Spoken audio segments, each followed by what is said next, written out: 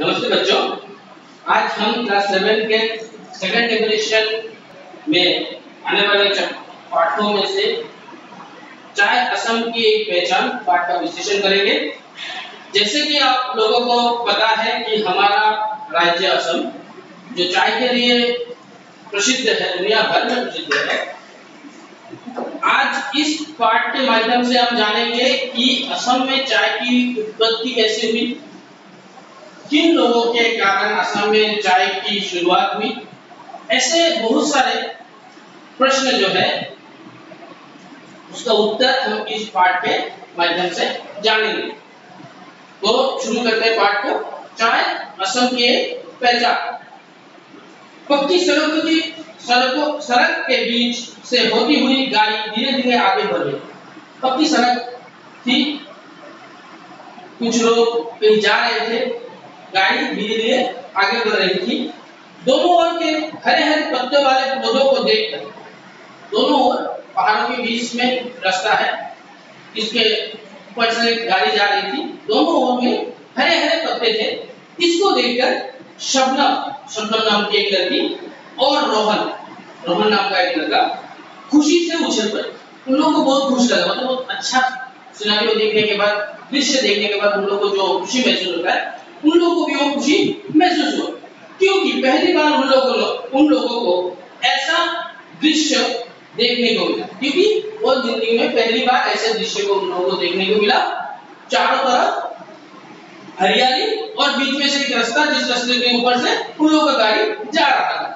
दोनों को ऐसा लगा मानो हरियाली उन लोगों को सामने बुला रही है। दोनों लोगों को ये हरियाली देख के ऐसा लगा कि ये हरियाली उन लोगों को, ये हरियाली मतलब चारों तरफ की प्रकृति जो सुंदर है, वो चीज उन लोगों को अपने पास बुला रही थी, उनको सामने बुला रही थी। गाड़ी धीरे धीरे एक चौराहा पर रुकी। गाड़ी धीरे धीरे जाकर एक चौराहा, मतलब जहाँ पे चार रास्तों का संगम स्थल होता है, चार रास्ता का समाहार होता है, उस चौराहा पर जाकर गाड़ी रुकी, जहाँ लोगों की भीड़ खड़ी थी और जहाँ पे बहुत सारे लोग जमा थे। शबनम पिताजी से बोल उठी। शबनम पिताजी से उसके अपने पापा से पूछा, पिताजी वहां क्यों भीड़ लगी हुई है? पिताजी से क्वेश्चन पूछा कि पापा इधर में इतने ज्यादा लोग क्यों खड़े हैं, इतना भीड़ क्यों है? शबनम के सवालों का जवाब देते हुए पिताजी बोले, शबनम का जो सवाल था कि इधर में इतना भीड़ क्यों है, इस प्रश्न का उत्तर देते हुए पिताजी बोले, यहाँ झूमर नृत्य चल रहा है। झूमर एक तरह का नृत्य होता है जो बगानों में रहने वाले लोग ज्यादातर करते हैं, जो चाय के बगीचे में रहने वाले लोग करते हैं। इस नृत्य का प्रदर्शन उधर में, ये डांस उधर में चल रहा था, नृत्य चल रहा है, इसलिए लोगों की भीड़ लगी हुई, इसलिए उधर में लोगों की भीड़ जमा हुआ था। इसी बीच झूमर का सुमधुर गाना उन लोगों को सुनाई पड़ा। सुमधुर गाना, एक जो डांस कर रहे थे उनके लिए गाने की जरूरत है, वो गाना जो है वो उन लोगों को सुनने को मिला। वो गाना था, आसाम मोरले हमराव मोरबो कोनो भूल नाई रे, जीवने मोरने आसाम सोनार आसाम देश। ये था वो गाने के कुछ पंक्तियां। गाना सुनकर उन लोगों को पता ही नहीं चला कि कब वे गाड़ी से उतर गए, और गाना सुनते सुनते उन लोगों को पता ही नहीं चला कि वो लोग गाड़ी से उतरकर उस गाने के सुमधुर संगीत को सुनकर वो गाड़ी से उतर गए, ये उन लोगों को पता ही नहीं चला। रोहन शबनम को दोनों झूमर देखने लगे और दोनों उधर में खड़े होकर झूमर का जो डांस होता है, उनको गाना को उपभोग कर रहे थे और डांस को भी उपभोग कर रहे थे। इसी बीच पिताजी बोल उठे, चलो इस दुकान में हम चाय पीते हैं। इसी बीच पिताजी बोल उठे कि अभी चाय का तरफ लगा है, चलो इस दुकान में जाके हम लोग चाय पीते हैं। चौराहा था, उधर में दुकान भी होगी, उधर में वो लोग एक चाय स्टॉल में चले गए, उधर में जाके वो लोग चाय पीने लगे। सभी दुकान में बैठ गए, सभी जाके उस दुकान में बैठ गए। चाय की चुस्की लेकर शबनम बोल पड़ी, वाह! चाय की जैसे उसने एक प्यास ली और उसने जोर से बोल उठा, वाह इतना स्वादिष्ट। ठीक है पिताजी, यहाँ की चाय का स्वाद ही कुछ निराला है। उसने अपने पिताजी से भी बोला, इधर के चाय का जो स्वाद है, जो टेस्ट है, वो सबसे निराला, सबसे अलग है। आप पीकर देखिए ना पिताजी, आप भी एक कप चाय पीजिए और देखिए कि जो मैंने बोला वो सही है कि नहीं है।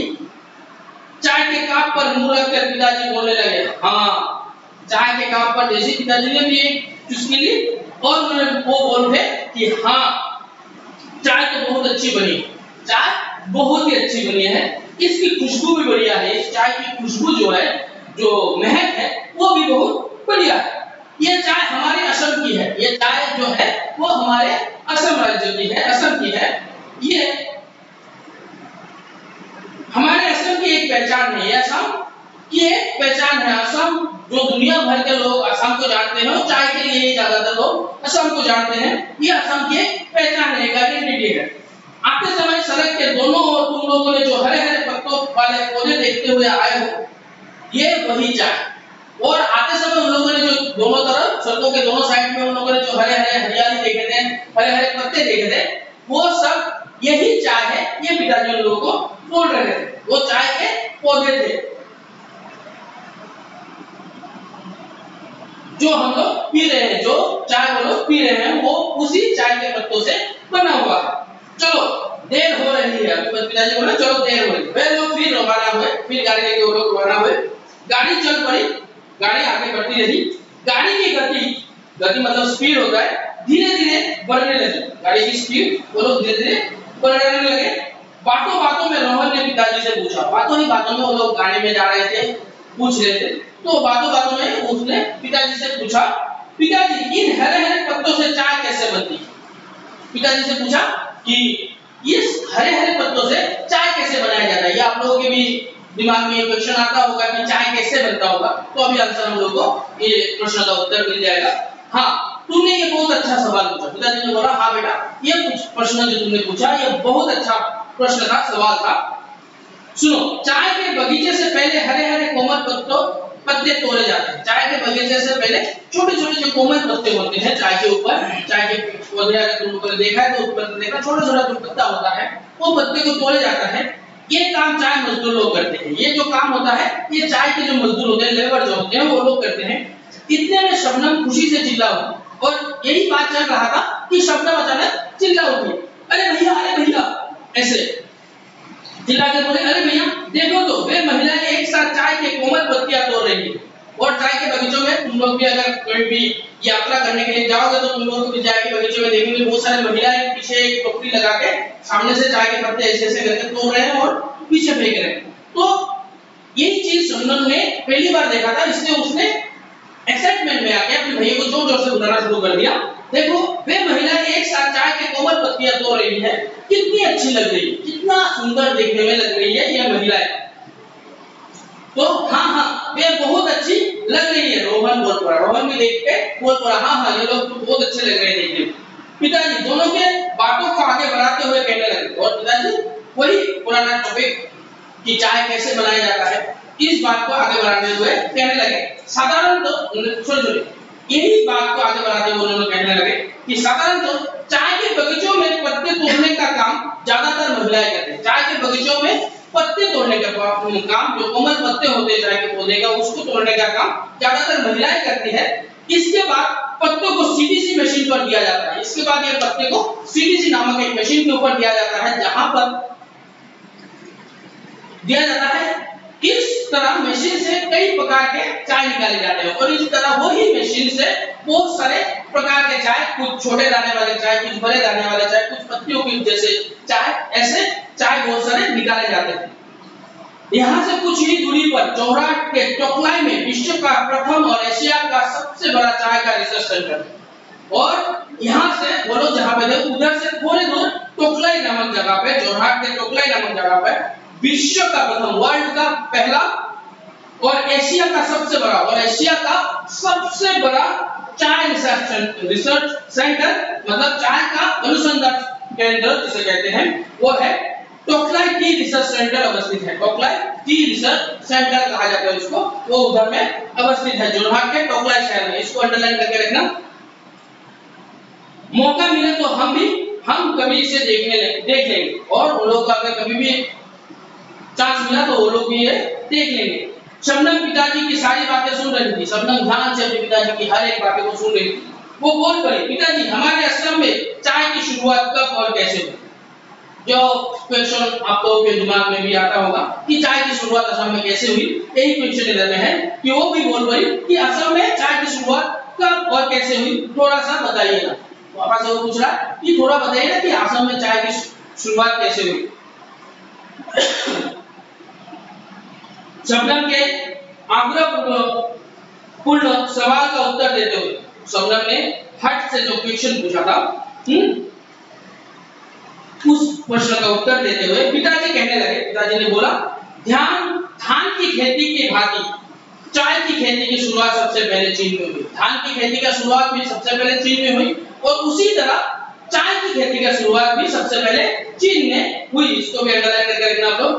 चीन के बाद भारत, श्रीलंका, जापान आदि विश्व के कई देशों में धीरे धीरे इसकी शुरुआत होने लगी और चीन के बाद ही भारत, श्रीलंका, जापान आदि विश्व के विभिन्न स्थानों पर इस चाय की खेती की शुरुआत होने लगी, धान की खेती की शुरुआत होने लगी। चाय शब्द चीन देश से आया है। चाय जो शब्द है वो चीन देश से ही आया है। वह चाय को चा बोला जाता है और चीन देश में चाय को चा बोला जाता है। अंग्रेजी में इसका प्रतिशब्द है टी। अंग्रेजी में इसका सिनोनिम्स है टी। सिंघो जनजाति, सिंघो एक जनजाति का नाम है, चाय को फिना अथवा फलाप नाम से जानते थे। इसमें अंडरलाइन करके रखना, यहाँ पर क्वेश्चन भी है कि सिंघो लोग चाय को किस नाम से जानते हैं, तो इधर में आप लोगों का आंसर मिल जाएगा। सिंघो जनजाति चाय को फिना अथवा फलाप नाम से जानते हैं। अहम लोग चाय को फलाप शब्द से जानते थे और अहम में, अभी तो असम है, पहले जो हम लोग राजस्थान करते थे तो वो लोग भी चाय को फलाप शब्द से जानते थे। नाम फलाप शब्द से जानते थे। नाम का मतलब होता है, नाम फलाप में नाम जो शब्द है उसका मतलब होता है पानी और फलाप का मतलब है चाय। ठीक है, इस प्रकार दोनों के मिलने पर अर्थ हुआ चाय पानी, इसलिए हम लोग बोलते हैं कि चाय पानी, इस नाम से ही इसका शुरुआत हुआ। 1823 में ईस्ट इंडिया कंपनी के एजेंट मेजर ब्रूस साहब को सिंघो के राजा ने चाय के 2 पौधे भेंट किए। 1823 में ईस्ट इंडिया कंपनी के जो मेजर थे, ठीक है, एजेंट मेजर थे ब्रूस साहब, उनको सिंघो जनजाति के लोगों ने, सिंघो जनजाति के राजा ने 2 चाय के पौधे गिफ्ट में दिए थे, भेंट किए थे उनको। उसके बाद रॉबर्ट बुश साहब ने असम में चाय की खोज की। उसके बाद असम में वही चाय के 2 पौधे उन्होंने असम में लेके आए और उधर में चाय की उन्होंने खोज की।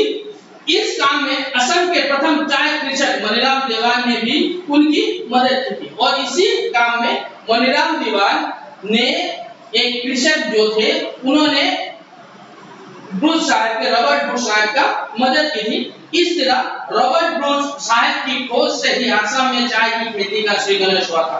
इसलिए कहा जाता है कि रॉबर्ट ब्रूस साहब ने ही सबसे पहले असम में चाय की खोज की थी। ठीक है, और असम में चाय की खेती का श्रीगणेश हुआ था। श्रीगणेश होना मतलब आरंभ होना, और उनके वजह से असम में चाय की खेती की शुरुआत हुआ था। पिताजी कहते गए, पिताजी उसकी बात भी कहने लगे। 1839 में ईस्ट इंडिया कंपनी ने ही पहली बार असम में चाय की खेती की शुरुआत की और वो फिर से कहते गए कि 1839 में ईस्ट इंडिया कंपनी के लोग असम में चाय की खेती की शुरुआत की।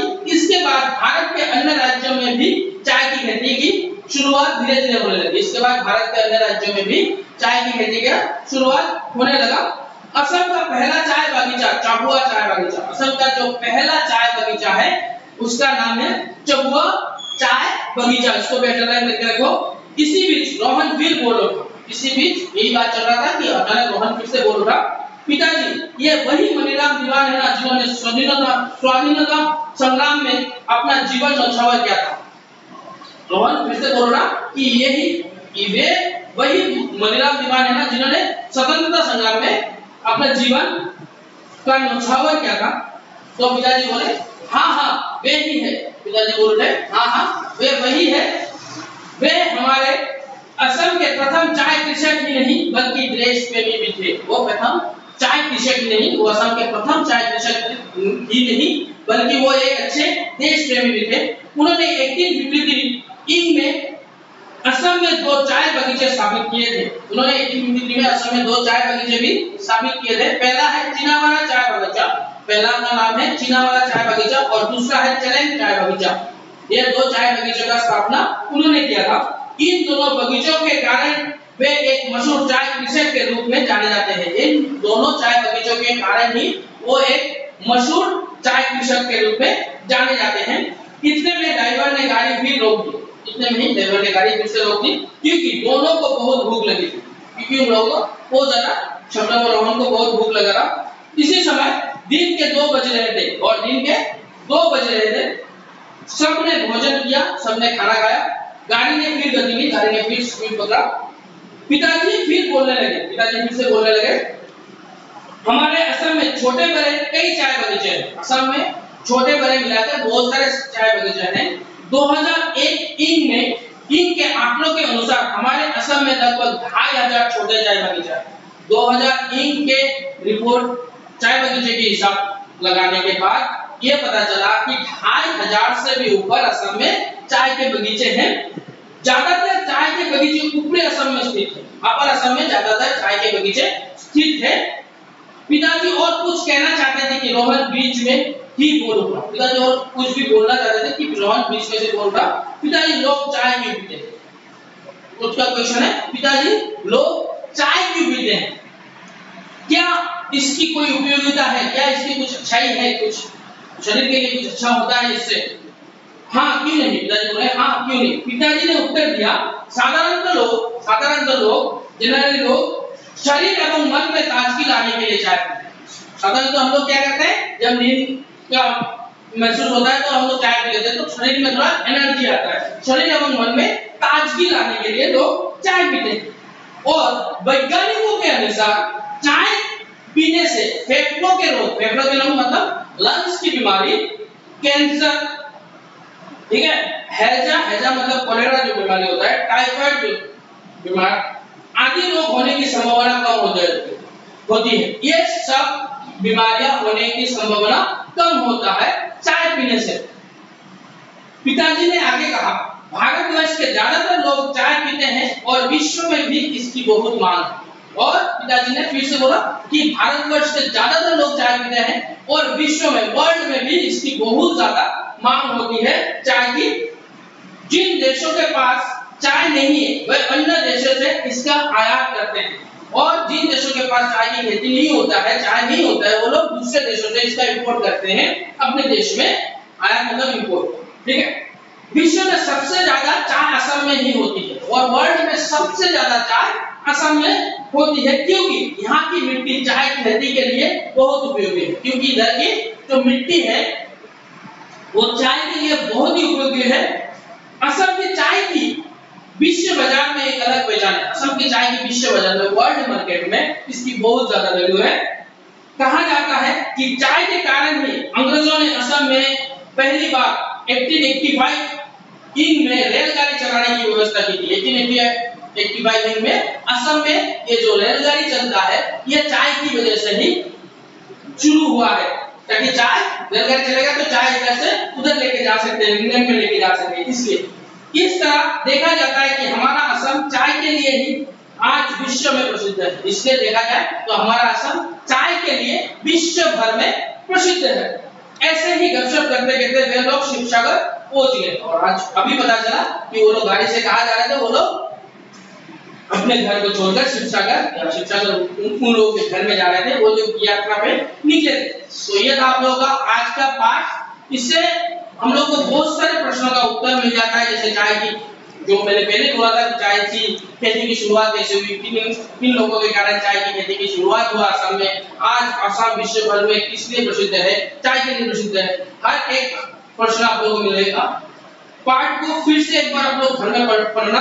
अगर कोई भी परेशानी आपको होता है, किसी भी शब्द का अर्थ जानने में कोई भी परेशानी होता है, तो आप लोगों के पास मेरा कॉन्टैक्ट नंबर दिया हुआ है, उसमें आप लोग रात में कॉल करके पूछ लेंगे। ठीक है, धन्यवाद।